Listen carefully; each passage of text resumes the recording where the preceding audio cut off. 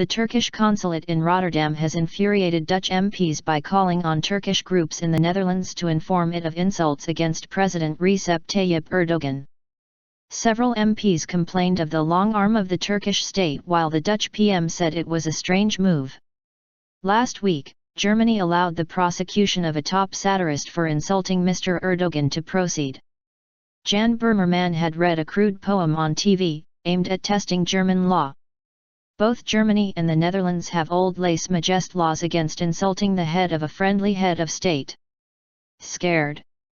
The Turkish embassy said it did not wish to comment on the case, although a spokesman told the NRC newspaper that since the Boehmermann affair in Germany we've seen an increase in the number of hate messages we're receiving. Some 400,000 people of Turkish origin live in the Netherlands, and the Dutch branch of Turkish opposition party CHP said it had taken calls from a number of concerned people.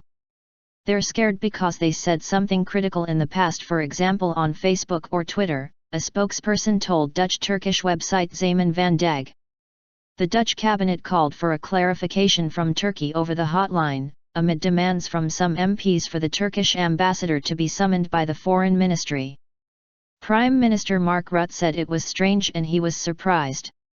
It's not obvious what the Turkish government is trying to achieve with this action, he said.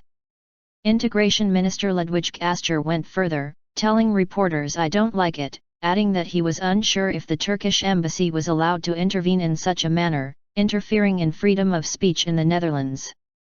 Almost 2,000 cases have been opened in Turkey itself for insulting Mr Erdogan. But there has been uproar in Germany that a satirist could apparently be prosecuted at the behest of a foreign power. Last week Chancellor Angela Merkel, who had termed the poem deliberately offensive, decided to let prosecutors decide whether to press charges. To the relevant person. We ask urgently for the names and written comments of people who have given derogatory, disparaging, hateful and defamatory statements against the Turkish president, Turkey, and Turkish society in general, which have reached the members and relatives of your non-governmental organizations or fellow citizens from your surroundings via their social media addresses, such as Twitter or Facebook, or via the official address and email addresses of your non-governmental organization, to be sent in before the close of business on April 21, 2016 by email to the Consulate General in Rotterdam. Yours sincerely. The latest affair has shown yet more light on old laws aimed at protecting friendly leaders.